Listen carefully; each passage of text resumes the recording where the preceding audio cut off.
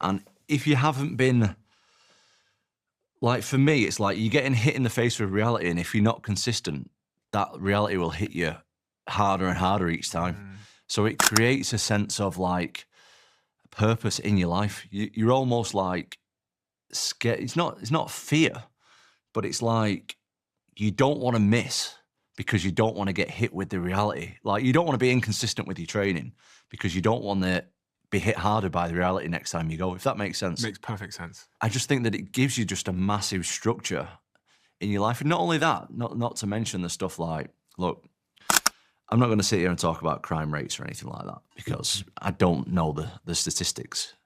But I know that in this country especially, crime is pretty high right now. So my friend who's come with me, who's upstairs, Charlie, he does my social media and he's also a close friend of mine as well. And he's a similar age to me, he's 32.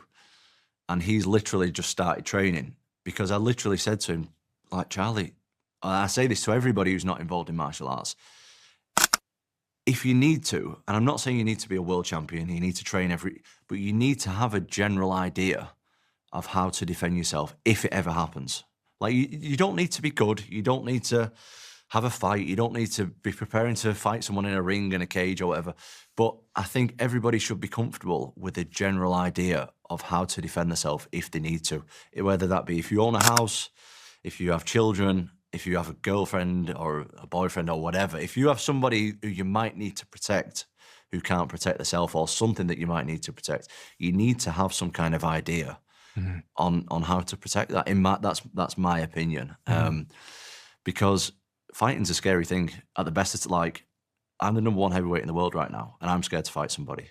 So, like, I wouldn't like to be completely clueless because it must be so scary. And I think that it would be, I would recommend it to anybody of any age to do some kind of martial arts. So there's a couple of things you said there, which I'm most certainly going to ask you about. The first thing you said was about how martial arts brings the consequence of like a lack of discipline up close, but also increases the consequence. And I was thinking as you were saying that, I was thinking, oh my God, this is so true. Because if I'm a 18-year-old guy and I'm sat on the sofa at home doing nothing with my life, the consequence of that is quite hard to see in the short term. What you're saying is by doing martial arts, the consequence becomes weekly and becomes you're going to get your fucking nose broken. So that's motivating to get your life together. And then the other thing you said is, I'm the #1 in the world, and even I'm scared to fight somebody. Who? Yeah. Everybody. I don't want to fight anybody. I want to fight professionally. I love doing that. But I mean, as far as like a confrontation with somebody, that's the last thing I'm trying to do.